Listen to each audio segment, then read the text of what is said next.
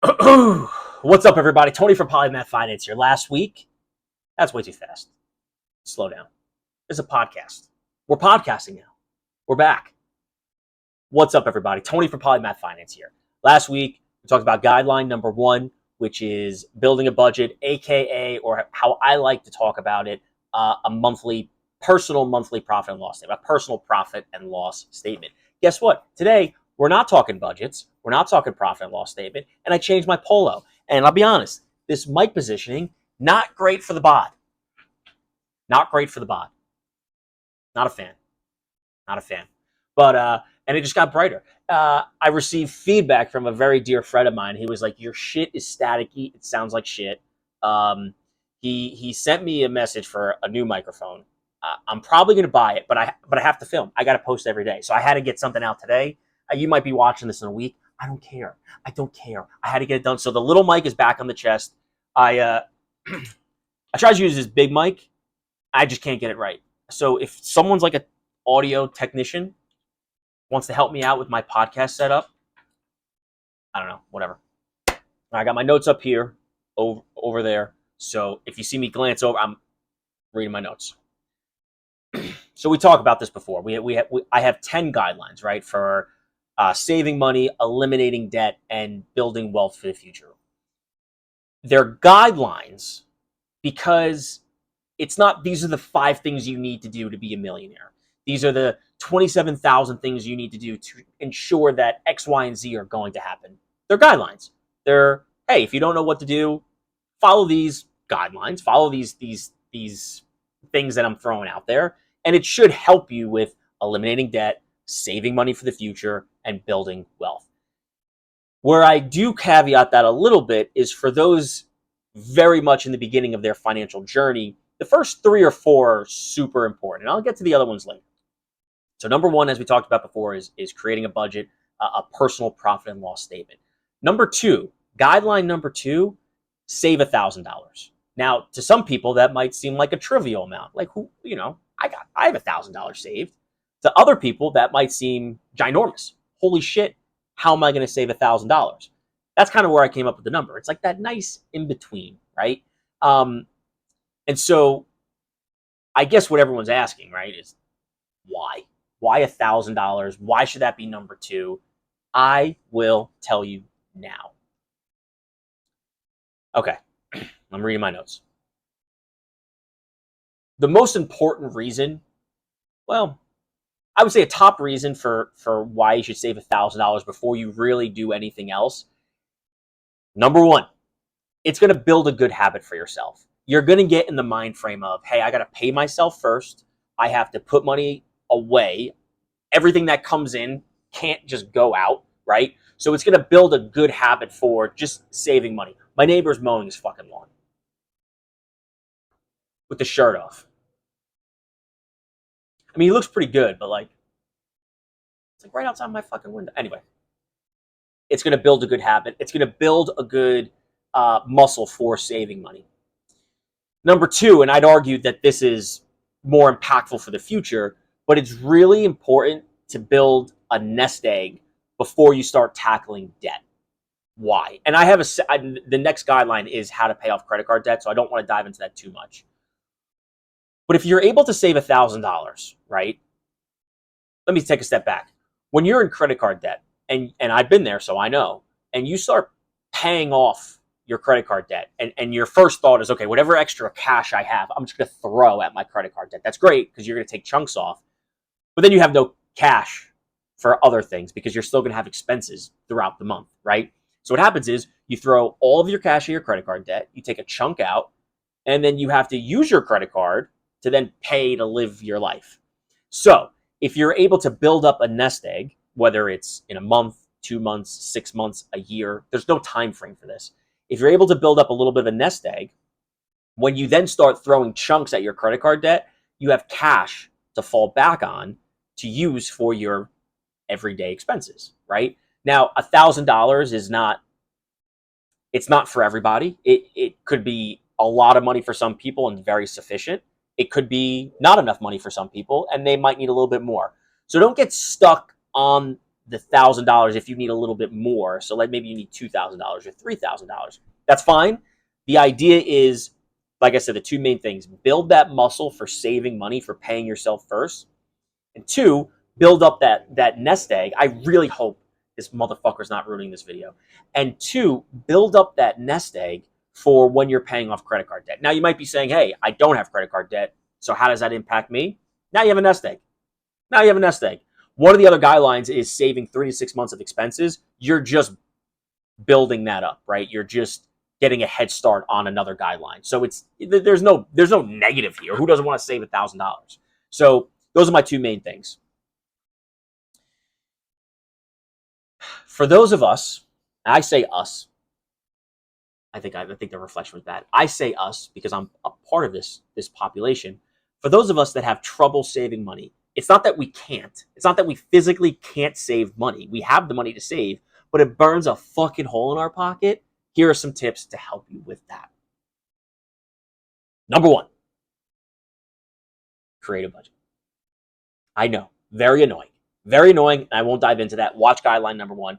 But if you create a budget, your profit and loss statement, you'll know what you should be saving at the end of the month, and that'll help create the goal of what's possible, right? That will help understand what you're able to save on a monthly basis.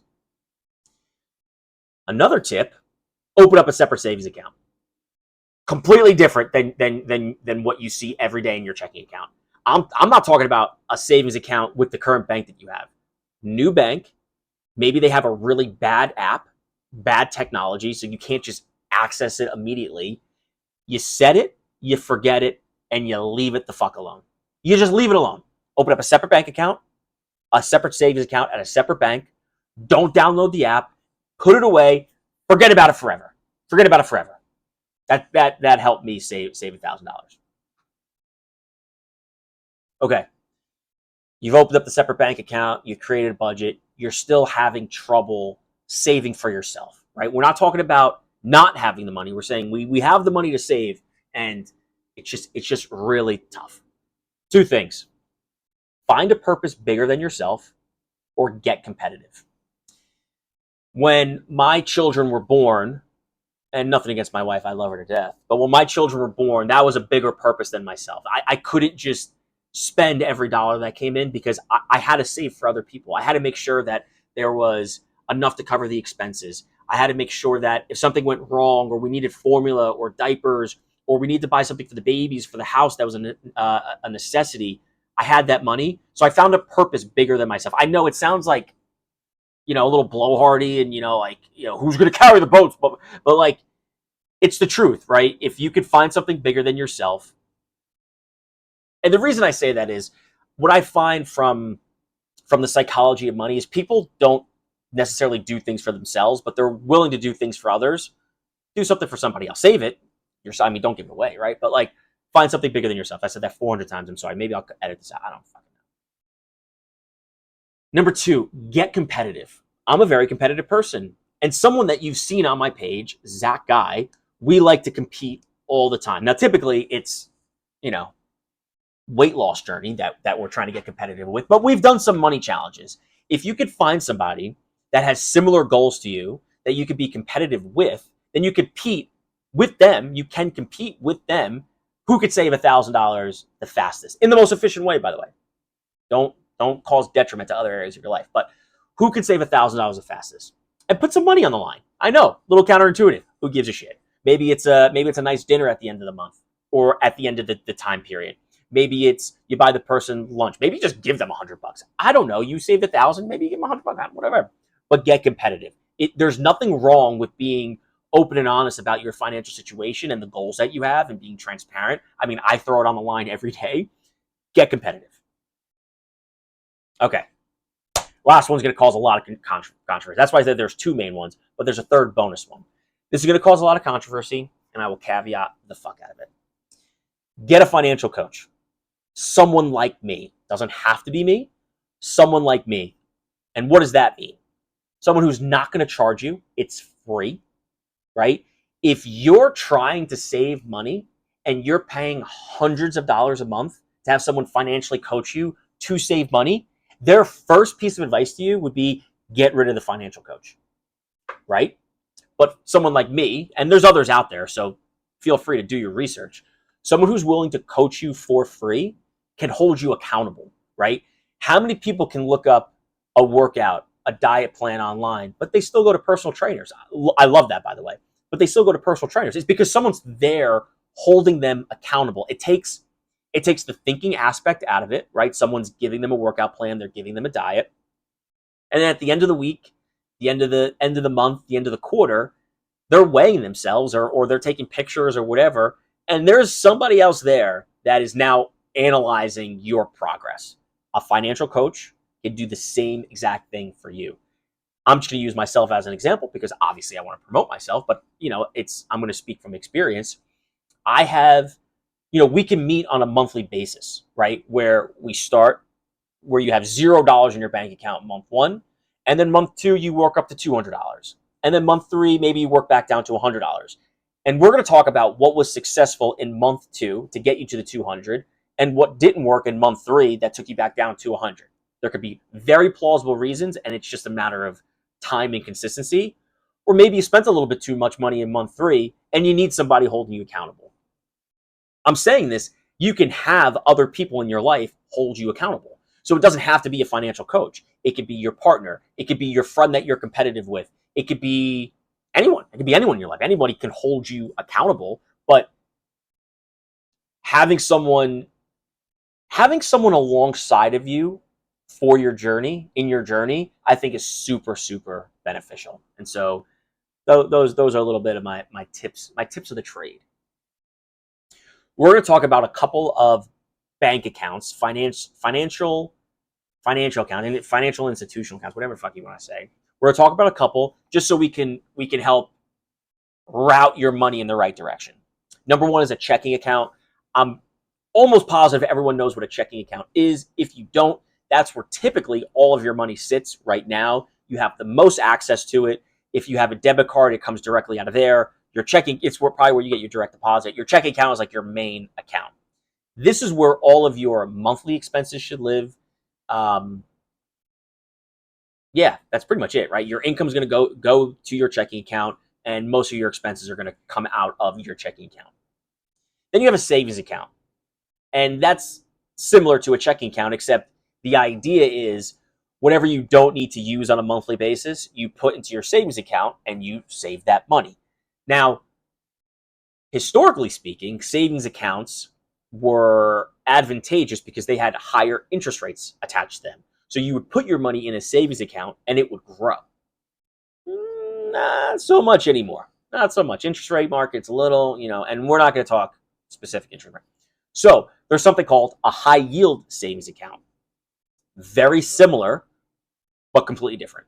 So your money goes into your checking account and you say, I want my money to grow a little faster, but I don't want to put it into the stock market. I don't want to risk putting it anywhere else, but I still want it to grow. You could put it into a high yield savings account, which holds a higher interest rate. Typically, I'm seeing anywhere from 3.5% to 5%, which means if you put $10,000 in a high yield savings account and there's a 4% interest rate, you will earn $400 at the end of the year.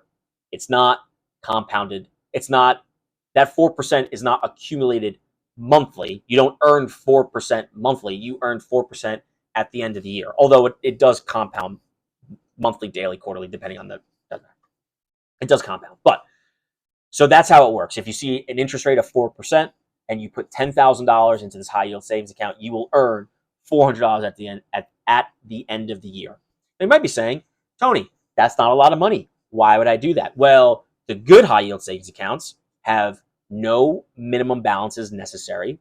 There are no fees attached to it, and they're relatively liquid, meaning you can access your money as you need it. Typically 3 business days when the request goes in. So you say, I want the money you ask for the money on a Monday, you get it on a Wednesday or Thursday. That's what that means. It's a free $400. Like, who the fuck, you don't want free money? You rather it sit in another account and earn nothing? No. Go earn $400. You know what $400 is? That could be 4 months worth of electric bills. That could be a month of groceries. Who does not want a free month of groceries? I'll wait. So that's what you get. That's what you get in a high yield savings account. I don't make suggestions. I don't like to advise on which ones to do. You could go on Google and type in what are the top 5 high yield savings accounts. Typically speaking, they'll give you you'll get a pretty good selection, and just go with whichever one you're comfortable with. If you have specific questions on maybe differences and you want to reach out, Tony@polymathfinance.com. Send me an email, and I'll help you out. Then you have money market accounts. Money market accounts, and I'm going to butcher this, so correct me if I'm wrong, but money market accounts, they're going to be attached to your investment account.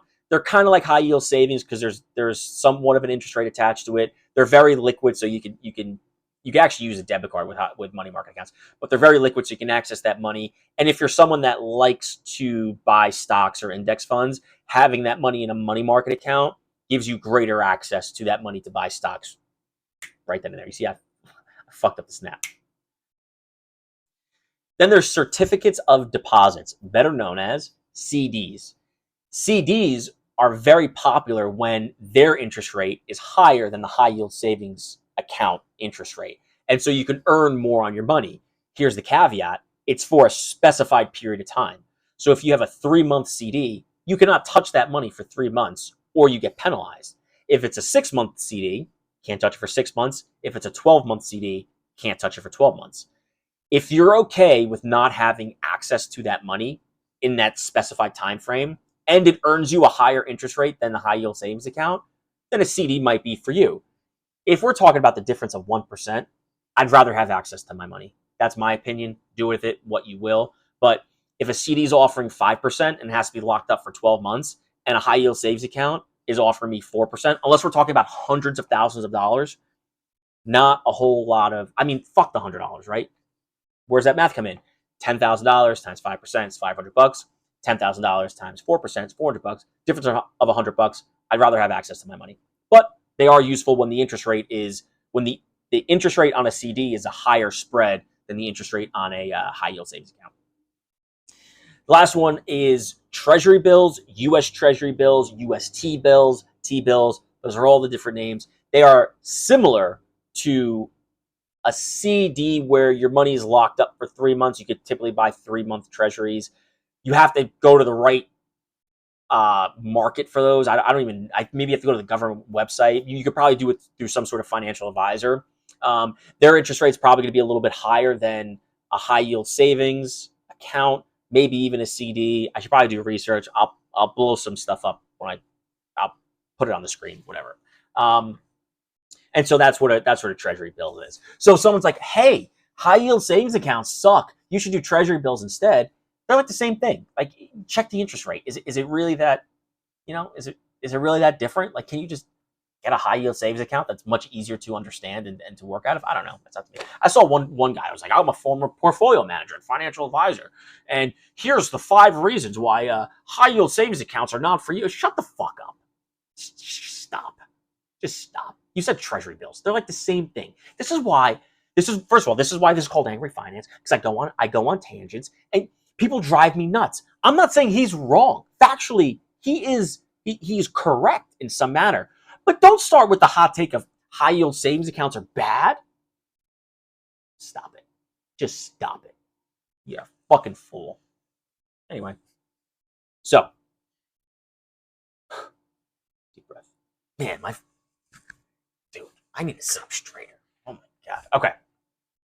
So, guideline number 1, create a personal profit and loss statement so that way you understand what you make, what you spend, and what you keep, and that will help you make decisions for the future, in the present, but for the future.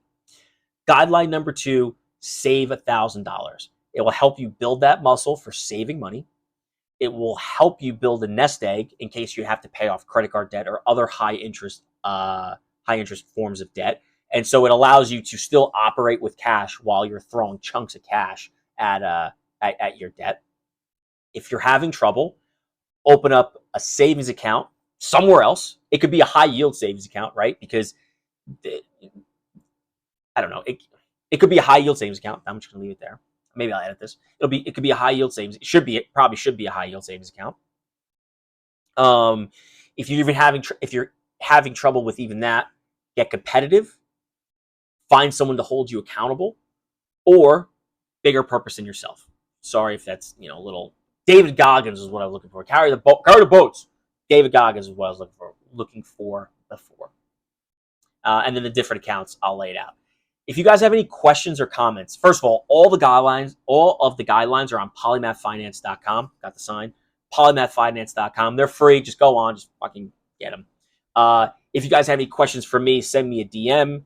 Send me an email at tony@polymathfinance.com. And if you want to book a session with me, they're free. I'm not going to charge you. They're fucking free. Go to polymathfinance.com and book a session. I hope this was helpful. We're going to keep doing this for another 8 weeks because we have 8 more guidelines. As always, I'm here to help. Love yous.